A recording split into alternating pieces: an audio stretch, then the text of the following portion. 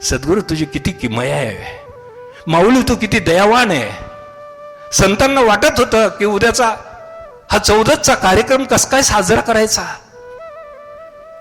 कुणी साजरा करायचा.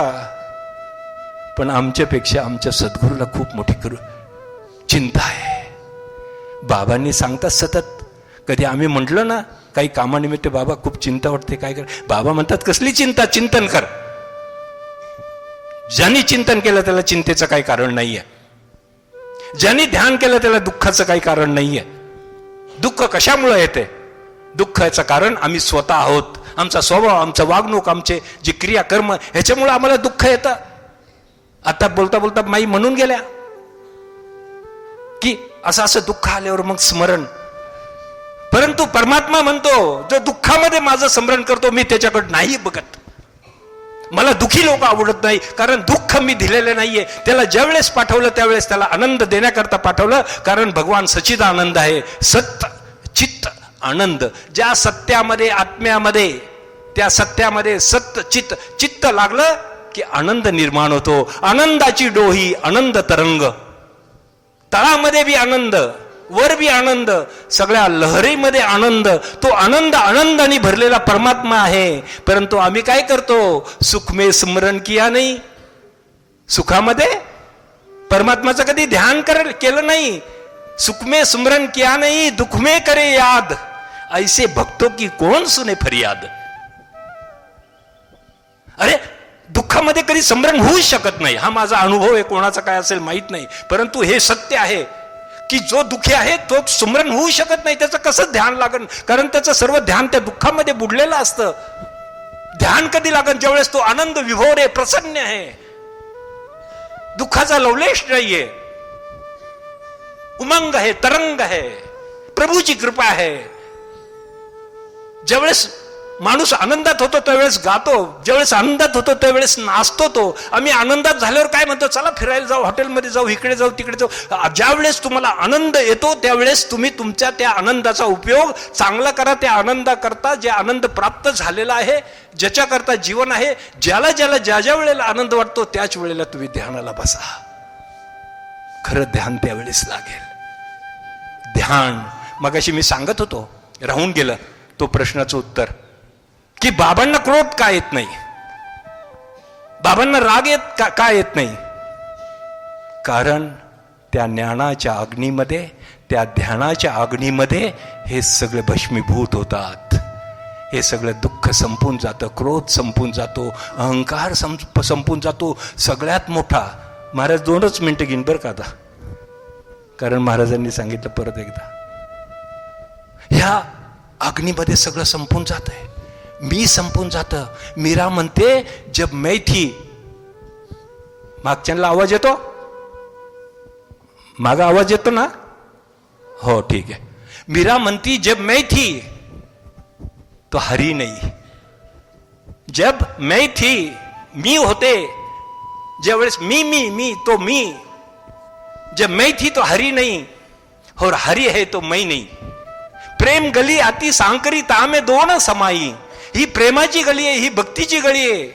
ह्याच्यामध्ये त्यालाच एकट्याला जाऊ द्या. मीपणा सोडून द्या. अहंकाराचा वारा न लागो राजसा, माझ्या या विष्णुदासा. अहंकार सोडून द्या. अहंकार गेला की सोहम आला, तो परमात्मा आला. तो येण्याकरता तयार आहे. बाधा तुम्ही आम्ही आहोत. ते बाधा तुमचा आमचा अहंकार आहे, मीपणा आहे. कुणी पदा करता, कुणी मोठेपणा करता, कुणी धना करता, कुणी ऐश्वर्य करता. अरे हे सगळं संपून जाणार आहे, संघ काही जाणार नाहीये. ही सगळी गोष्ट बाबांनी आधी केले. बाबा सतत सांगतात आधी केले मग सांगितले. मी आधी केलं मग तुम्हाला सांगतोय. कुठे बाबाचा फोटो आहे? आहे कुठे फोटो? नाहीये. आम्ही आमचं घर बनवलं छोटंसं, तर त्याला बी आपलं किंवा घरच्यांचं नाव देतो.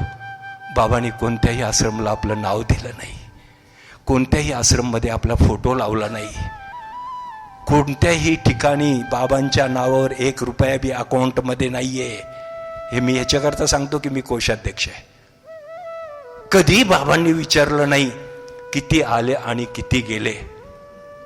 तरी पण त्यांच्याजवळ इतकं आहे की सगळा आश्रम मोजायला लागला तरी आठवडा लागेल. हे मी काही मजाकनी म्हणत नाही, ही सद्गुरूची. तरी सद्गुरू म्हणतात. एक दिवशी असा विषय झाला, तो विषय काय झाला तो मी सांगणार नाही. संत होते, मी म्हटलं बाबा तुम्ही मालक आहात, तुम्ही निर्णय केला पाहिजे. सद्गुरूने सांगितलं नाही विवेकानंद, मी मालक नाही आहे. आम्ही 15-20 संत होतो. मी मालक नाहीये. ह्या ठिकाणच्या ह्या आश्रमच्या एक मुठभर मातीचा बी मला अधिकार नाहीये. ही एक मुठभर माती बी माझी नाहीये. मालक ते आहे. त्यांनी सर्व केलं, त्यांनी सगळं दिलं, त्यांनी सगळं सांगितलं. ते सगळ्याचे शिल्पकार आहेत. ते तुमचे आमचे मालक आहेत. त्यामुळे एकच मालक आहे. मी मालक होऊ शकत नाही. तुम्ही तर सगळे म्हणाल बाबा मालक आहे, आणि ते असून स्वतः सांगतात की मी मालक नाही. जर जे मालक असून मालक नाही म्हणतात, मग आम्ही मालक नसून आम्ही कसं काय मालक ह्याचे? आम्ही सेवक आहोत. प्रभू तू ईश्वर आहे, तू परमात्मा आहे, तू सर्वेश्वर आहे. आम्ही तुझे दास आहोत, तुझ्या चरणाचे सेवक आहोत. प्रभू शेवटपर्यंत तुझ्या ह्या चरणापाशी आम्हाला जागा दे. ह्या ठिकाणी बसलेल्या सगळ्या पवित्र आत्म्याला मी परत दंडोत प्रणाम करतो. कारण बडे भाग्य पायू सत्संगा. पर भाग्यवान कोण आहे? ज्याच्याजवळ खूप धन आहे तो भाग्यवान नाही. ते धन इथंच राहील. खूप शिकला, खूप डिग्र्या घेतल्या, किती दिवस ते डिग्र्या बी इथं राहणार आहे. खूप पद भोगली म्हणून तो श्रीमंत नाहीये. तो श्रीमंत आहे ज्याच्या हृदयामध्ये ज्यांनी परमात्माचं दर्शन केलं. ईश्वरा सर्व भूतानाम हृदयचे अर्जुन तिष्ठते. सज्जन पुनश्च एकदा सांगेल, संपलं सर, संपलं, काय चिंता करू नका. कारण काय होतं माहितीये का, हे बोलायला लागलं ना, हा भाव जो आहे ना, ह्या भावाला तो तिथे बसलेला सद्गुरू प्रतिसाद देतो. हे शब्द तिथून येतात. मी टीव्ही आहे परंतु चॅनल तिथे आहे. हे सगळे शब्द सद्गुरूचे आहे. जे काही मी बोललो ह्याच्यामधलं सगळं जे काही योग्य आहे, चांगलं आहे, हितकारी आहे, कल्याणकारी आहे, ते सगळं माझ्या सद्गुरूच आहे. माझं काही नाही आहे. माझ्या सद्गुरूजवळ ज्यावेळेस मी आलो त्यावेळेस सद्गुरूंनी मला सांगितलं होतं, आता हे सगळं सोडून देतो, इथेच राहा. तू शस्त्र चालवले, आता शस्त्र सोडून दे, शास्त्राचा अभ्यास कर. सैनिकीच होता, सैनिक सोड, आता संत हो.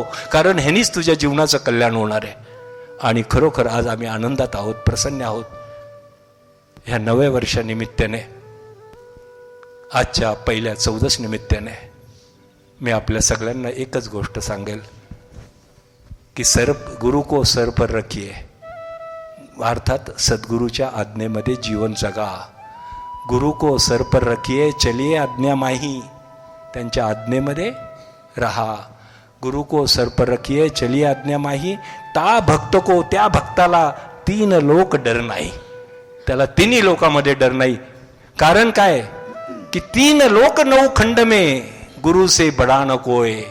करता करविता कर न सके, गुरु करे सो होय. जो मेलेला बी जिवंत करतो. लोक म्हणतात हे प्राण कुणी देऊ शकत नाही. माझा अनुभव आहे की मेलेला बी जिवंत करण्याची ताकद ह्या सद्गुरूमध्ये आहे. परंतु तो कधी बोलत नाही, सांगत नाही. कारण तो परमात्मा आहे आणि परमात्म्याची भाषा मौन आहे. आम्ही बोलतो हे तुम्हाला समजण्याकरता बोलतो. तुम्हाला समजलं पाहिजे. महाजनोयन गतेस्पंता, त्या रस्त्याने तुम्ही जावा म्हणून हे संत लोक तुम्हाला प्रवचन करतात. अर्थात सर्वश्रेष्ठ काय असेल तर ते मौन आहे. बोलायचं खूप सावकाश बोला, प्रेमाने बोला, आनंदाने बोला. दुसऱ्याच्या मनाला दुःख होईल असं कधी बोलू नका. लोकाला कसा आनंद पोहोचेल असं बोलत जा.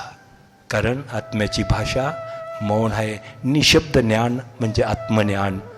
शेवटला 1 सेकंद आता फक्त. सर्व धर्मरूपी नद्या, हिंदू, मुस्लिम, शीख, ईसाई, जैन, पारसी, जगातल्या सर्व धर्मरूपी नद्या शेवटला आत्मरूपी सागराला जाऊन भेटतात. बाबांनी आम्हाला सांगितलं की तुम्ही बुंद आहात, सागर व्हायला पाहिजे. काय सांगितलं? शेवटचा शब्द आहे, नीट ऐका आता. बाबांनी सांगितलं तुम्ही बुंद आहात. बुंद मध्ये समजतं ना, थेंब. बाबांनी सांगितलं तुम्ही बुंद आहात, तुम्ही सागर झालं पाहिजे. आम्ही बाबांना विचारलं, बाबा हा बुंद सागर कसा होऊ शकतो? बाबांनी सांगितलं हा बुंद जर सागराला जाऊन मिळाला तर तो जो सागर होतो.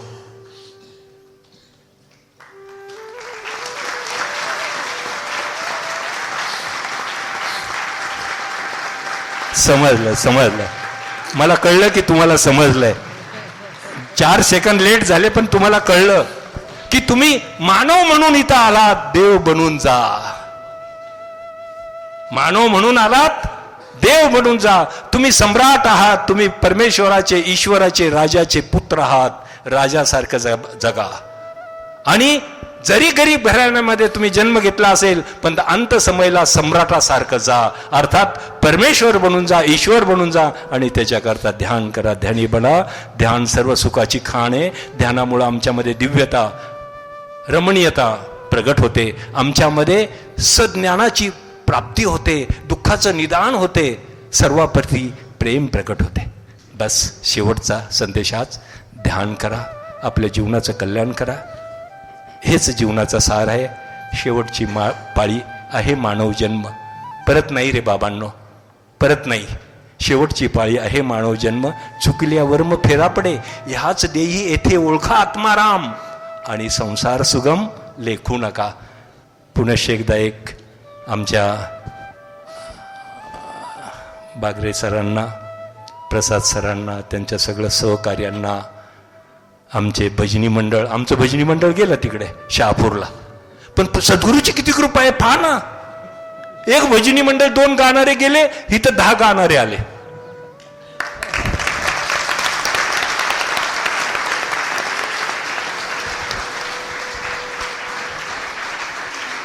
आश्रमचे 5-50 लोक गेले. आता ह्या हॉलमध्ये बसायला जागा नाही. किती मोठी कृपा आहे ही सद्गुरूची.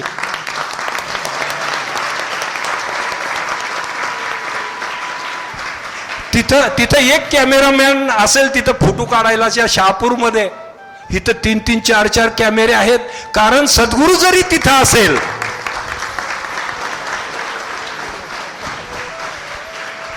सद्गुरू जरी तिथे असेल, परंतु वास्तविकतामध्ये सद्गुरू इथं आहे. म्हणून ही शोभा आहे, हा आनंद आहे, हा टाळ्या आहेत.